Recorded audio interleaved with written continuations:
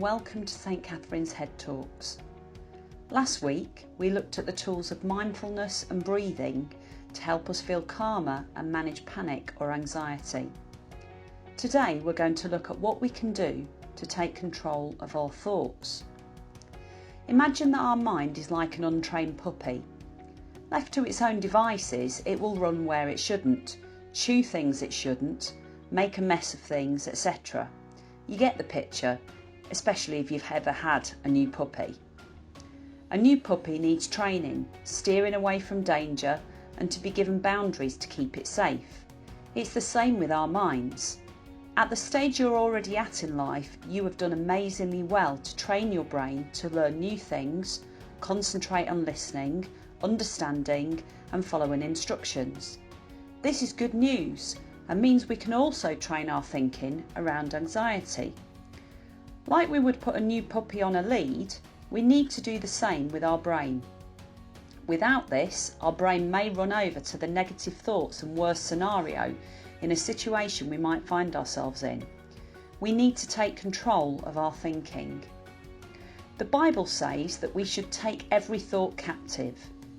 Imagine if we really could catch a thought while it's still flying round in our mind, take it in our hand, look at it closely and examine it, and then decide whether we let it stay. After we'd looked at it closely enough, we might actually screw it up in a ball and throw it away. We need to think what we're thinking about. Like watching the new puppy and keeping an eye on what it's doing.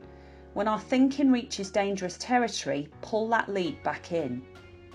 So, once we've realised what we are thinking, some test criteria for examining our thoughts could be as follows.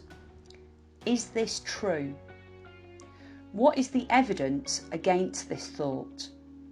What would the most positive person I know say about this same situation? And what could an alternative thought be? So for example, let's take the thought, I'm going to fail this history test. So first question, is this true? Well, we don't actually know for sure.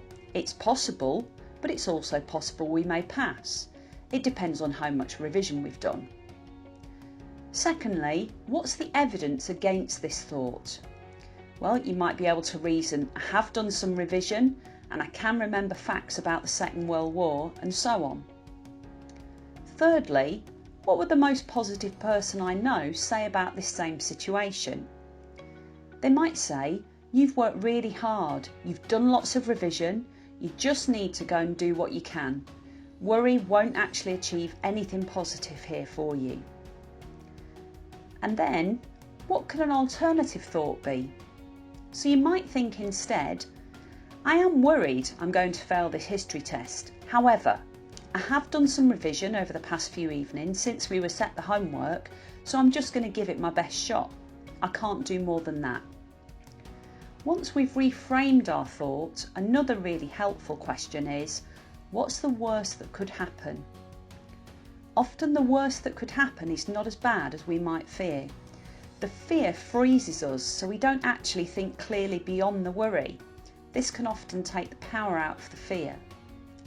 Taking thoughts captive and reframing them next to the truth does take practice. Why not practice by talking to someone you trust about one of your worries? Ask them what they think or for an alternative way of looking at the situation. Some people find keeping a diary of their anxious thoughts for a couple of weeks useful to identify the kind of patterns they fall into regularly.